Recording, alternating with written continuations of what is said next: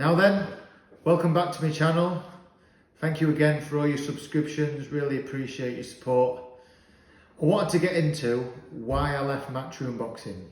People are still associating me with Matchroom Boxing and saying, why ain't Eddie doing this, why ain't Eddie doing that, and Matchroom doing this for my career. I think a few people still think that it's Eddie's fault that I lost to George in Oklahoma last year. But I wanted to just set the record straight. So I need to take you back. So when I turned pro, I was never a GB squad lad as an amateur. So I was never picked up by a major promoter when I did turn over. I had to build my way up on the small hall circuits, build enough of a name and a reputation and move my way up the rankings for an opportunity.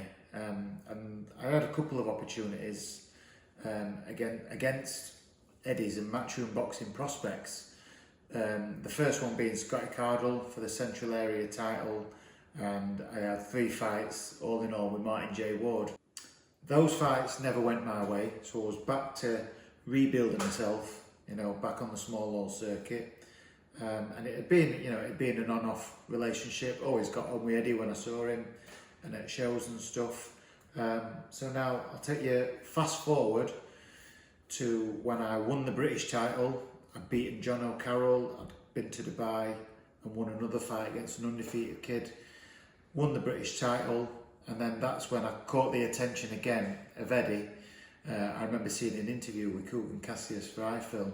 Coogan mentioned this resurgence that I'd been on, and obviously Eddie had seen it, and he was like, Maxi's done phenomenally well. I would absolutely love to give him an opportunity on one of my shows. This was early in 2021. And it wasn't long after that, there was a huge fight with James Tennyson and Giovanni Straffon. Massive upset for the IBO world title.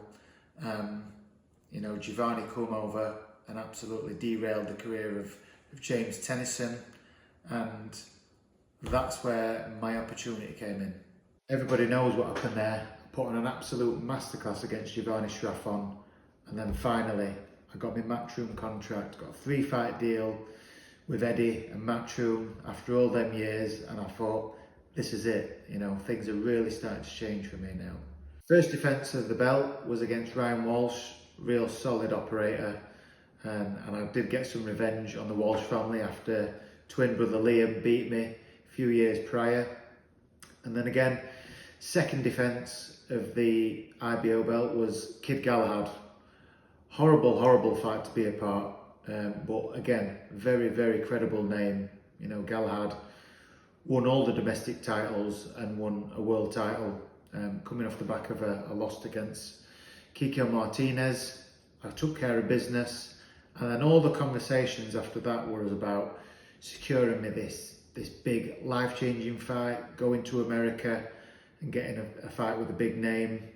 Ryan Garcia were talked about a lot, or even bringing a huge American name to the UK for me to fight. It were all about this life-changing money fight, and I was thinking, wow, this is great, this is everything that I've ever wanted out of boxing. And at this point my contract had run out, but I was assured by my manager and Eddie that the new contract was coming. This was September of 2022. So the new contract come in February of 2023, and it felt like a massive kick in bollocks. The first fight of the contract had to be against Gary Cully in Ireland, in his back garden. And I just thought, I've worked way too hard for this, to fight somebody who was well beneath me. I'd cleared up domestically, I was top at tree, I had been for a while, I'd been around a while, I've done my apprenticeship.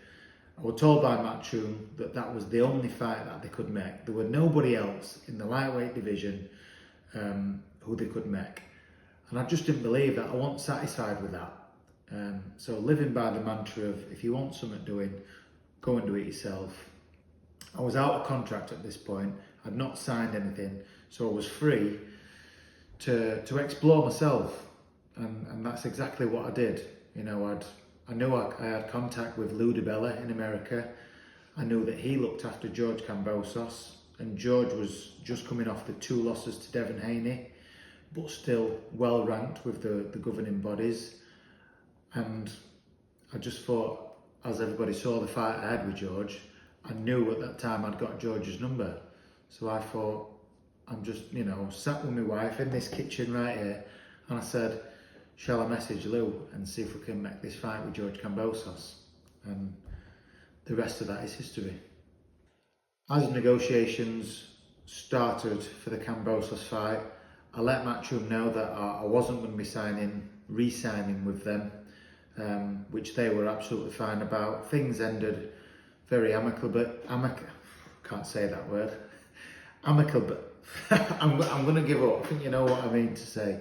But got a lot of time for all the staff at Matchroom. I had a good relationship with them. So I signed with Lou DiBella, and I felt at that time that was the best career move for me. It's opened up the door to fight in America. As we are a couple of weeks away from heading out to Vegas, in a big fight in America. And that's that story. I hope that clears it up. I'm going to try and round this video off now. If you enjoyed the video, like it, and if there's anything more on this kind of subject, topic, behind the scenes, if that's what you'd like to see, drop it in the comments, and don't forget to subscribe. Thank you.